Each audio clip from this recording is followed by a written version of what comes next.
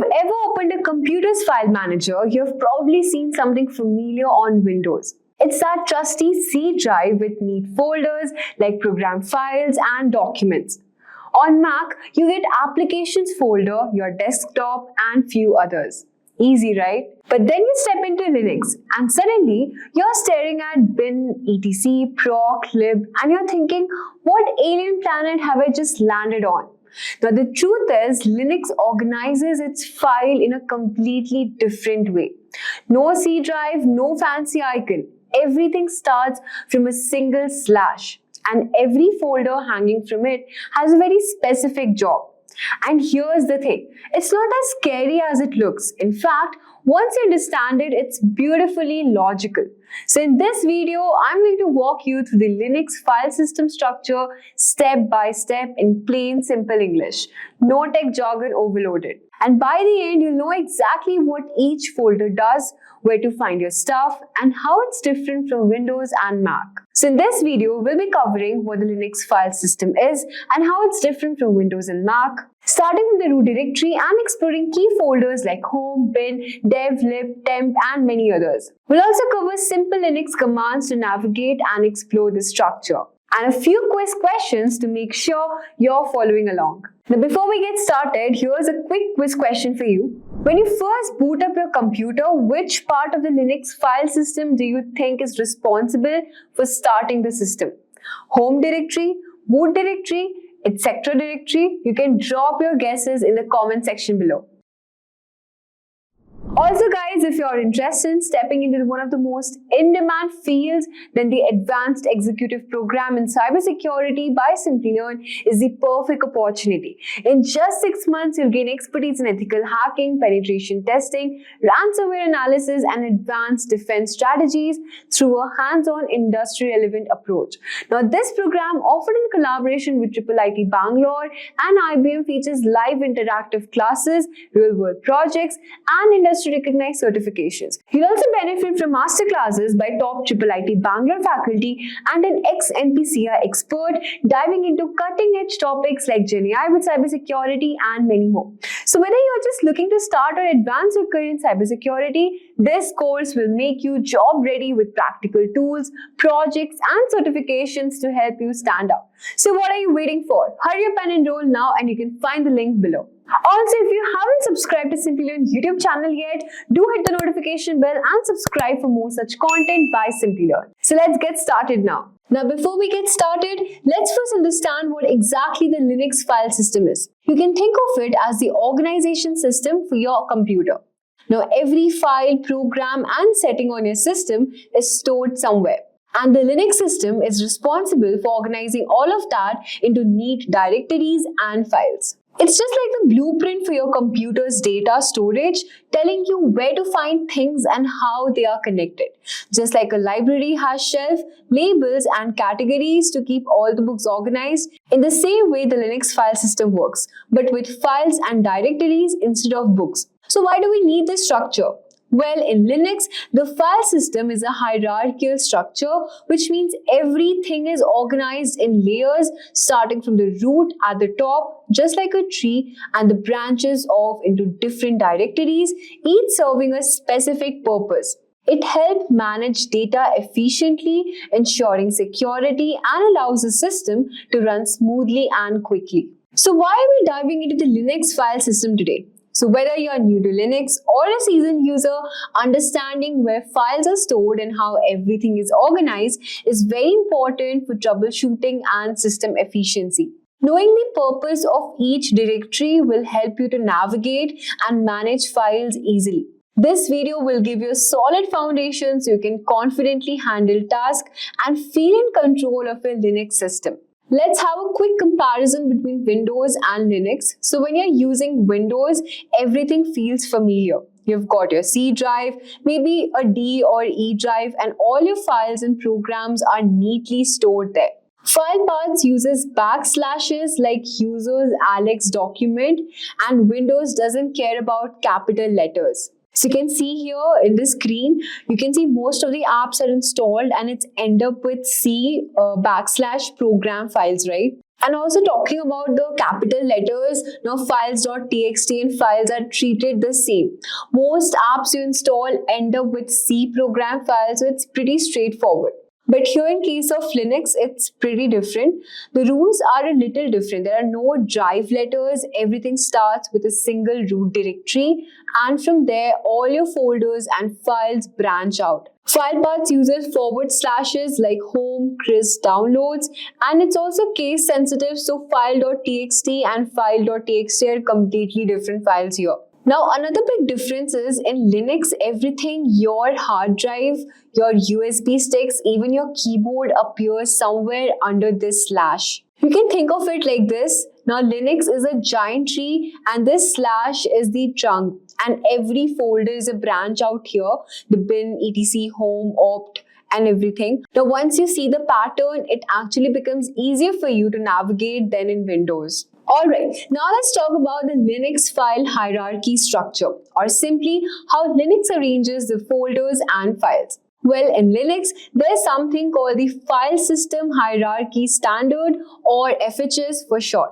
You can think of it as a rule book that tells the system where different types of files should go. Now, this standard is managed by the Linux Foundation, and here's the interesting part. No matter where a file is stored on your computer's hard drive or external drive or even a virtual device, in Linux, all of it appears under one main folder, which is the root directory. Now, this root directory is just under a single forward slash. Some folders you'll see only if certain features are installed, like the X window system for graphic, but most of these folders are present in all Unix-based systems, and they generally work in a very similar way. What we'll be focusing on here is how Linux uses them specifically. So let's dive into the structure and break it down step by step. Let's begin at the top, the very first directory in Linux, which is the root directory. Now, what is a root directory in Linux? Well, the root directory is like the main entry point in Linux. It's represented by a single forward slash, and everything else in the system connects to it. You can think of the root directory like the trunk of a tree, and all the other directories like branches grow out from it. This is the highest point in the Linux file system, and there is nothing above it. It's the starting point for everything. Now, how does the root directory even work? Well, every file, folder, device, or even a network shared in the system is connected with slash. Let's say, for example, your documents, music files, or even your external devices like USB drives, everything will appear under the folder slash. But only the root user, that is the administrator, can make changes directly to the slash directory. Normal users won't have the permission to modify things out there without special access. Here's an important clarification to make: the root versus this slash, the slash root versus the normal slash. So this is the main root directory, and the root is a special directory. It's the personal home directory to the root user, and it's very similar to how the home username in a home directory is used for other people. You can think of root as the root's user personal workspace within the system. Now, in Windows, we use different letters like C drive, D drive to represent different parts of a system, like your hard drive, external storage, etc. But in the case of Linux, there's no such thing as drive letters.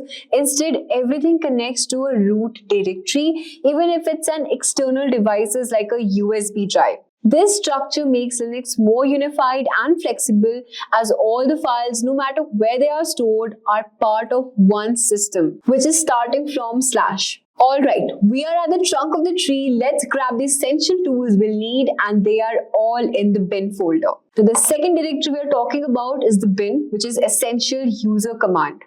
Now, the bin directory in Linux, it stands for binary, and it contains essential commands that every user can use. So whether they are an administrator or a normal user. These commands are the core tools which are required for running the system and doing everyday tasks for the terminal, which is the command line. But why is bin even important? Well, the commands in bin are vital for working with files and managing your system. Let's say for here, ls, which stands for list the files in a directory. The cp stands for copies, file, or directories. MV means move or renaming files. RM is removing files or directories. Ping means checking network connectivity. Grep searches for specific pattern in files, and cat will display the contents of a file. You can see these commands are so fundamental that they are available even in single user mode, which is a minimal state where the system can run in, often used for maintenance or troubleshooting. So what happens if you don't have bin? If you don't have bin, you wouldn't be able to perform basic file operations like copying, deleting, or listing the files from the terminal. Now, these actions would be impossible, making the system unusable for normal tasks. If you're familiar with Windows, bin in Linux is similar, same as in Windows, like how we write this in C drive, Windows System 32 folder. System 32 in Windows holds essential tools like command.exe and other system utilities which are similar to how bin stores essential Linux command. So bin is critical directory in Linux because it holds the basic commands that are necessary to interact with the system and manage file. Without these commands, the system wouldn't function properly. But before you can even use bin, Linux needs to actually start up, and that's where boot comes in. Let's make sure you're following along. So I have another quiz question for you. Now, which of these folders in Linux holds the command that help you manage files like copying and moving them? Your options are home, bin, boot.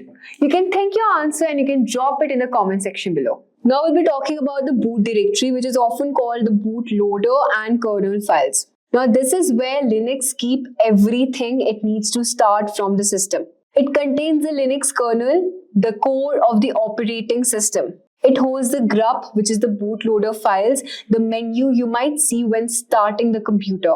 Now it also includes initial RAM disk file, which is the initrid or initrams, to help the kernel load drivers before the main system even starts. Now without boot, your PC won't even start Linux. Talking about Windows, Windows has boot files like boot mgr and the boot configuration. Okay, the engine is running now. Linux needs to talk to hardware as well. Keyboards, disk and printers. Now this happens when they are stored in the dev directory. Now dev is for the device files in Linux. So in Linux, hardware is treated just like a file. So in hard drives, you have folders like dev sda1, dev nvm. Then you have USB drive, microphone, speakers, keyboards, all have entries over here. Now talking about the two main components, so there are basically two main type of device files here. First, we've got the block devices which store and transfer data in blocks, for example hard drives. Then second, we have the character devices which can send data one character at a time, for example serial ports and keyboards. In Windows, devices appear as E, F, etc. And in Linux, they appear as special files in dev. Now, how does Linux knows how to behave? Now, that's decided in the etc directory. This stands for System Configuration Files. The configuration files, this folder contains all the system-wide settings in plain text. You have your network settings here, the DNS servers, then you have the user accounts as well, startup services like etc, initd, etc. You can also open these files with any text editor because Linux stores configurations as readable text, unlike Windows registry, which is stored in special database. Now we have seen system settings. Now where do you keep your personal files? That's where we have our home directory, which is for personal user directories. Now, every user in Linux gets a personal folder under this home. So if your username is John, your folder would be home, John, and you can store documents, pictures, downloads, and even your personal configurations over here. You cannot just modify other users' folder without any permission. It's just like the Windows C drive where users John in Windows, like how we use it. Now we have seen how this home directory works. Now to run applications, Linux needs shared code. And this is where the lib directory comes in, which is for shared libraries. So lib basically contains .so shared object files, which are similar to DLL files in Windows. Now these are used by programs in bin and sbin to work properly. Let's say, for example, if bin ls needs to print colored output, it might use a library in this lib directory to handle colors. Next, we'll look at where Linux puts removable devices, USB drives, CDs, and that's where media directory comes in. This is also called the auto-mounted devices. So when you plug in a USB or you insert a CD, Linux automatically creates a folder inside media and it mounts it there. For example, we have media, John, my USB. Now, Windows will just give you the device a new drive letter, whereas in case of Linux, it will treat it as a part of the single directory tree. Let's move on to the next directory. Now, sometimes you don't want Linux to auto-mount devices, right? And that's where the mount comes into play. This is also called the temporary mount point directory, which is used by system admins to manually mount devices or network drives. Also, it's great for temporary use and it also doesn't even affect the media directory from here. Talking about the next directory on our list, which is the optional software. We all know that some software doesn't come with Linux by default. We keep it that in this optional software directory. Third-party software and its files are stored here. Let's say, for example, installing Google Chrome manually might put it in this opt Google Chrome directory. So this was for this directory out here. Next one, we've got the SBin, which stands for System Administration Command. Now for system maintenance, admins use special commands. These live in this folder. It contains commands like IP tables, firewall, fdisk, disk partitioning, and reboot. So if you want to access the directory, you want to first initially start up and access the root. Next one we've got on the list is SRV, the Service Data Root Directory. So what it does is it basically stores files for services like websites, SRV, www, or FTP servers, SRV, FTP. Now you must have heard about this directory, which is the temporary files TMP. This is used by applications to store short-term data, and also it clears automatically after a reboot. Then we've got this user directory, user programs and data. So the first one we have is the user local. These programs are installed manually from the source. Second, user program data directory, we've got user bin, the user commands which are not in the bin folder. Then we've got the user sbin, where the admin commands not in the sbin. And then we have the user lib, which are related to libraries. The next up, we've got this process information directory. So this is a virtual file system showing live system data. So this particularly will show your CPU details, your memory stats, and information about a specific running process. So now that we have covered all the important file directories, I'll show you a quick Linux command cheat sheet.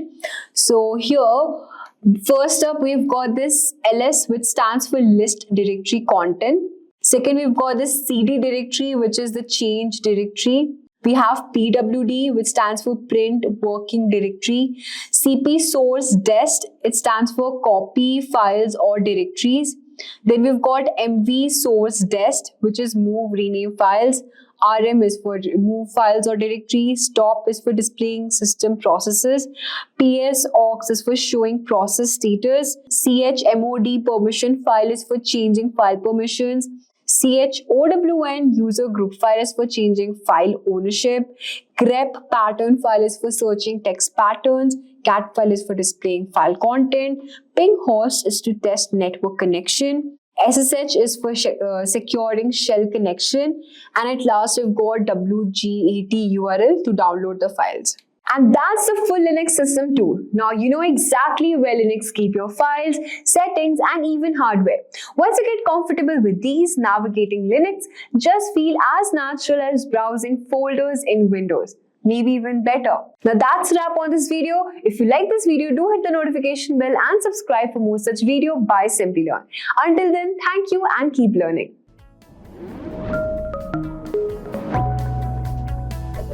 Hi there, if you like this video, subscribe to the Simplilearn YouTube channel and click here to watch similar videos. To nerd up and get certified, click here.